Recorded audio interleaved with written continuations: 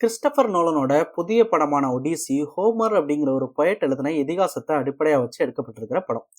Trojan வார்ல மரக்குதிரை மூலமா 10 ஆண்டுகளா முடியாத போரை முடிவுக்கு கொண்டு வர உதவிய மன்னர் ஒடிசியஸ் அந்த போருக்கு அப்புறம் தன்னோட நாட்டுக்கு திரும்பும் போது சந்திச்ச சவால்களை தன்னோட இதிகாசத்துல சொல்லியிருப்பார் ஹோமர். அந்த பயணம் தான் நோலனோட புது படத்தோட கதை. இந்த வீடியோல ஒடிசியஸ் என்னென்ன சவால்களை சந்திச்சார், கடைசியில என்ன ஆச்சுன்னு பார்ப்போம். இந்த வீடியோட ஸ்கிரிப்டுக்கு ஒரு முக்கியமான சோர்ஸ் பாலகணேசன் அப்படிங்கிற ஃபேஸ்புக் ஃப்ரெண்டோட போஸ்ட்.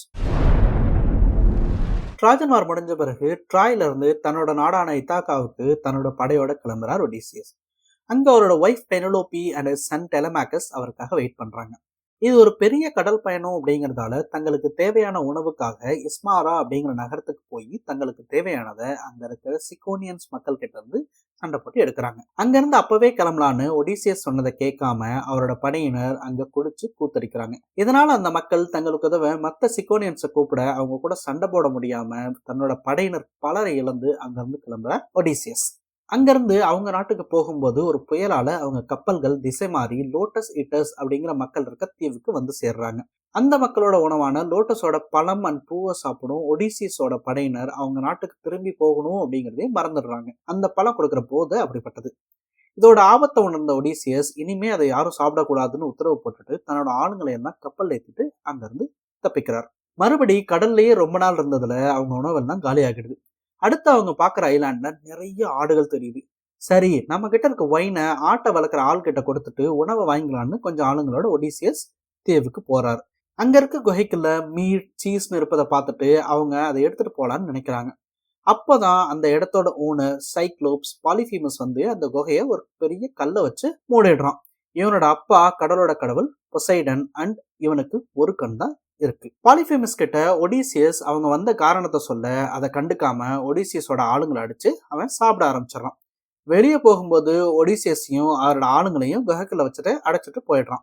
இதே மாதிரி தினமும் நடக்க ஒரு நாள் அவங்க கொண்டு போயிருந்த ஒயினை பாலிஃபேமஸை குடிக்க வைக்கிறார் ஒடிசியஸ். அதோட போதையில இருக்க பாலிஃபேமஸ் ஒடிசியஸ் கிட்ட இது எனக்கு ரொம்ப பிடிச்சிருக்கு, நான் உனக்கு ஒரு பரிசு தரேன், உன் பேர் என்னன்னு கேட்கறான். ஒடிசியஸ் தன்னோட பேரை சொல்லாம நோபடி அப்படிங்கிறது தான் என்னோட பேர் அப்படின்னு சொல்றாரு. ஒயினை குடிச்ச போதையில பாலிஃபேமஸ் தூங்கின பிறகு தன்னோட ஆளுங்களோட சேர்ந்து அவனோட கண்ணை ஒரு கம்பை வச்சு குத்தி அவனை பிளைண்ட் ஆக்கிடுறாங்க. அவன் போடுற சத்தத்தை கேட்டு பக்கத்துல இருக்க மத்த சைக்ளோப்ஸ் வந்து என்ன ஆச்சுன்னு கேட்க ஒடிசியஸ் நினைச்ச மாதிரியே பாலிஃபேமஸ் நோபடி இஸ் ஹர்ட்டிங் மீன்னு கத்த யாருமே இல்லை போலன்னு அவங்களும் கிளம்பிடுறாங்க.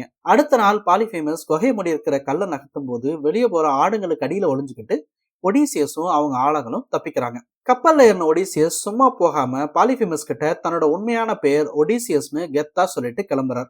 இங்க இருந்து தான் அவருக்கு பிரச்சனைகளே ஆரம்பிக்குது. தன்னோட கண்ணை எடுத்தவனோட பேரை தெரிஞ்ச பாலிஃபேமஸ் தன்னோட அப்பா கடல் கடவுள் பொசைடன் கிட்ட இதை சொல்றார். ஏற்கனவே கிரேக்கர்கள் மேல கோவத்தில் இருக்க பொசைடன் ஒடிசியஸ்க்கு ஒரு சாபத்தை கொடுக்கிறார். அதுபடி அவரோட ஆளுங்க எல்லாத்தையும் அவர் இழந்துடுவார். ஊருக்கு போகும் 10 வருஷம் ஆகும். இது தெரியாத ஒடிசியஸ் அடுத்து போய் சேர்ற இடம் அயோலியா தீவு. அந்த நாட்டோட அரசன் அயோலஸ் ஒடிசியஸ் அவரோட நாட்டுக்கு திரும்பி போறதுக்கு ஒரு தோல் பையில காத்த அடைச்சு கொடுக்கிறார். இது அவங்கள அவங்க நாட்டுக்கு போய் சேர்க்க உதவும், ஆனா அவங்க நாட்டுக்கு போற வரைக்கும் இதை திறந்து பார்க்க கூடாதுன்னு சொல்றாரு. அதை அப்படியே பத்திரமா வச்சுக்கிட்டு கிட்டத்தட்ட அவங்க நாடு கண்ணுக்கு தெரியுற தூரம் வரைக்கும் வந்துடுறாங்க. வழக்கம் போல ஒடிசியஸோட ஆளுங்க அவன் அசந்த நேரமா பார்த்து அந்த பையில தங்கம் இருக்குன்னு நினைச்சு ஓபன் பண்ணி பார்க்க அடிக்கிற காத்துக்கு மறுபடியும் அயோலியா தீவுக்கு வந்து சேர்றாங்க. ஆனா போன முறை கிடைச்ச வரவேற்பு இப்ப இல்லை. அந்த நாட்டுக்காரங்க அவங்கள திருப்பி அனுப்பிடுறாங்க. அங்கிருந்து கிளம்பின ஒடிசியஸ் அண்ட் அவங்க படையினர் அடுத்து போய் சேர்ற இடம் லஸ்ட்ரகோனியா. இதுல வாழும் லஸ்ட்ரகோனியன்ஸ் அரக்கர்கள் ஒடிசியஸோட ஆளுங்க நிறைய பேரை சாப்பிட்டுறாங்க.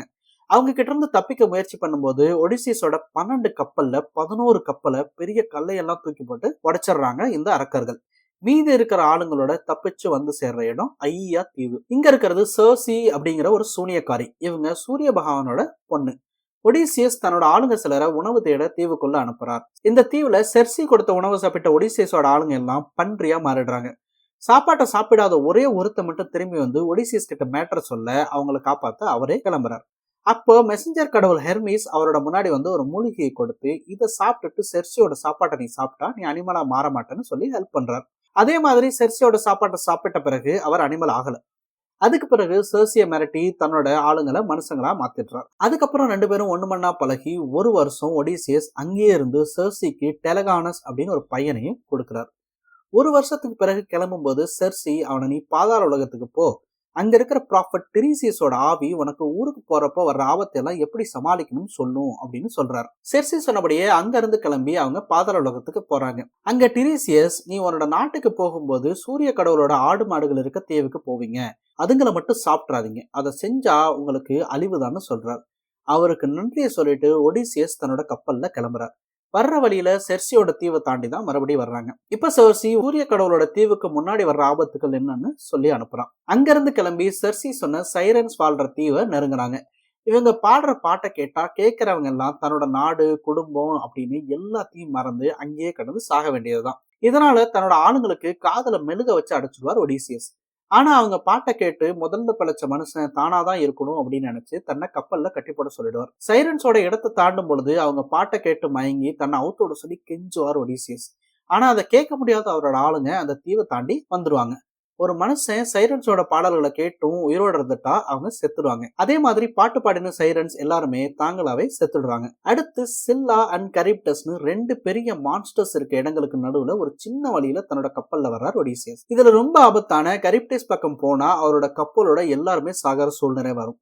சில்லா பக்கம் போனா அவரோட படையில 6 பேரை சில்லா சாப்பிட்டுடும், மத்தவங்க தப்பிக்கலாம். ஒடிசியஸ் சில்லா பக்கம் போய் 6 பேரை மட்டும் பலி கொடுத்து 2 இடத்துல இருந்து தப்பிச்சுட்டு அடுத்து சூரிய கடவுளோட ஆடுகள் இருக்க திரினாசியா தீவுக்கு வராங்க.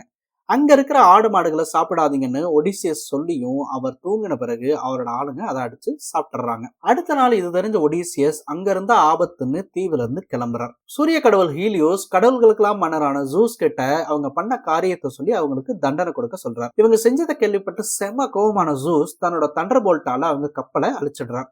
இதுல ஒடிசியஸ் மட்டும்தான் உயிரோட தப்பிக்கிறார். உடஞ்ச கப்பலோட ஒரு கட்டையை மட்டும் பிடிச்சுக்கிட்டு 9 நாள் கடல்லையே இருக்கார். 10வது நாள் அவர் காடஸ் கலிப்சோட தீவுல ஒதுங்குறார். இவங்க டைட்டன் அட்லஸோட பொண்ணு. இவங்களுக்கு ஒடிசியஸ் மேல காதல் வந்துருது. அவர்கிட்ட நீ என்னோட கூடவே இருந்துரு, நான் உனக்கு சாகா வரம் தரேன்னு சொல்றாங்க. ஆனா அவர் அதை ரிஜெக்ட் பண்ணிடுறாரு. செமகோபமான கலிப்சோ ஒடிசியஸ தன்னோட தீவுல 7 வருஷத்துக்கு பிடிச்சு வச்சுக்கிறாங்க. ட்ராஜன் வார் டைம்ல இருந்தே ஒடிசியஸ்க்கு சப்போர்ட்டா இருந்த காடஸ் அத்தீனா இதை பார்த்துட்டு ஜூஸ் கிட்ட ஒடிசியஸ விடுதலை செய்ய ஹெல்ப் கேட்கிறாங்க. சரின்னு ஹெர்மிஸ் மூலமா கலிப்சோ கிட்ட இருந்து ஒடிசியஸ காப்பாத்துறார் ஜூஸ். ஜூஸ் சொன்னதுக்கு அப்புறம் கலிப்சோ ஒடிசியஸ் தன்னோட நாட்டுக்கு போக ஒரு படகு செய்யவும் உதவுறாங்க. அந்த படகுல தன்னோட நாட்டை நோக்கி கிளம்புறார் ஒடிசியஸ். மறுபடியும் அவரை கடல்ல பார்த்த பொசைடன் அவரோட படகை ஒரு புயலை வச்சு உடைச்சிடுறார். அதுக்கப்புறம் நீந்தியே ஷெரியா தீவுக்கு வர்றார் ஒடிசியஸ். அங்க இருக்கிற பேசியன்ஸ் மக்களோட இளவரசி அவரை காப்பாத்துறார். அன்னைக்கு நைட்டு நடந்த விருந்துல முதல்ல தன்னோட பேரை அவர் அந்த நாட்டோட மன்னர்கிட்ட சொல்லல. அந்த விருந்துல டெமோடோக்கஸ் அப்படிங்கிற இசைக்கலைஞர் பாடல்களை பாடும் பொழுது ட்ராஜன் வார் பத்தியும் அதுல முக்கியமான ஒடிசியஸ் பத்தியும் பாடுவார். இதை கேட்டு பழைய நினைவுகளால ஒடிசியஸ் அழ ஆரம்பிக்கிறார். அவர் அழுறதை பார்த்த மன்னர் ஏன் அழுதீங்க அப்படின்னு கேட்கும் பொழுது அந்த மன்னர் கிட்ட தன்னோட உண்மையான பேரை சொல்றார் ஒடிசியஸ். அடுத்த நாள் அவரோட நாட்டுக்கு போக கப்பல் தன்னோட ஆளுங்கன்னு எல்லாத்தையும் கொடுத்து அனுப்புறார் பேசியன்ஸ் மன்னர். 20 வருஷத்துக்கு அப்புறம் தன்னோட சொந்த நாட்டுக்கு திரும்பி வர்றார் ஒடிசியஸ். அவரோட பையனுக்கும் இப்போ 20 வயசு ஆயிடுச்சு. அவரோட மனைவியை கல்யாணம் பண்ணிக்க பலர் போட்டி போட்டுட்டு இருக்காங்க. கலிப்சோ கிட்ட இருந்து அவரை காப்பாத்தின அத்தீனா அவரை ஒரு வயசான பிச்சைக்காரரா மாத்தி அவரோட நாட்டுக்கு அனுப்புறாங்க. அரண்மனைக்கு போற வழியில அவரோட முன்னாள் வேலைக்காரர் நியூமியஸ் அவர் யாருன்னே தெரியாம அவருக்கு சாப்பாடு கொடுத்து ஹெல்ப் பண்றார். அதே டைம்ல ஒடிசியஸோட பையன் டெலமாக்கஸும் அங்க வர்றான். தன்னோட மகனுக்கு மட்டும் தன்னோட உண்மையான உருவத்தை காட்டுற ஒடிசியஸ் அவனோட சேர்ந்து தன்னோட அரண்மனைக்கு போறாரு. அங்க அவர் யாருன்னு அவர் வளர்த்த நாய் அர்கோஸ் கண்டுபிடிச்சிருது. அதுக்கு பிறகு அவரோட மடியிலேயே அது உடனே இறந்துடுது. ரொம்ப வருஷமா தன்னை கல்யாணம் பண்ணிக்க வந்த சூட்டர்ஸை சமாளிச்சுட்டு வந்த ஒடிசியஸோட மனைவி இப்ப வேற வழி இல்லாம ஒரு போட்டி வண்ண அனௌன்ஸ் பண்றாங்க. அந்த போட்டி 12 கோடாலிகளை வரிசையா வச்சு அதுல இருக்க ஓட்ட வழியா ஒரு அம்பை விடணும். இதுல ஜெயிக்கிறவங்களை கல்யாணம் பண்ணிக்கிறதாவும் அவங்க சொல்றாங்க. சரியான நேரத்துக்கு அங்க வந்த ஒடிசியஸ் அவரோட பையன் 2 பேரும் சேர்ந்து அந்த போட்டியில கலந்துக்கிறவங்களோட ஆயுதங்களை எல்லாம் ஒழிச்சு வச்சிடுறாங்க. அடுத்த நாள் போட்டியில கலந்துக்கிட்டு அவர் ஜெயிக்கவும் செய்யறாரு. அதுக்கப்புறம் போட்டியில தோத்த மத்தவங்களை அவங்க 2 பேரும் சேர்ந்து கொன்னுடுறாங்க. கடைசியா தன்னோட நிஜமான உருவத்துக்கு திரும்பி தன்னோட மனைவியோட சேர்றார் ஒடிசியஸ். இதுதான் ஹோமர் எழுதின ஒடிசியோட முக்கியமான கதை. இதுல சில விஷயங்களை நான் சேர்க்கல, அதெல்லாம் படத்துல வரலாம், வராமலும் போகலாம். இந்த வீடியோ உங்களுக்கு பிடிச்சிருந்தா கண்டிப்பா நம்ம சேனலுக்கு சப்ஸ்கிரைப் பண்ணிடுங்க.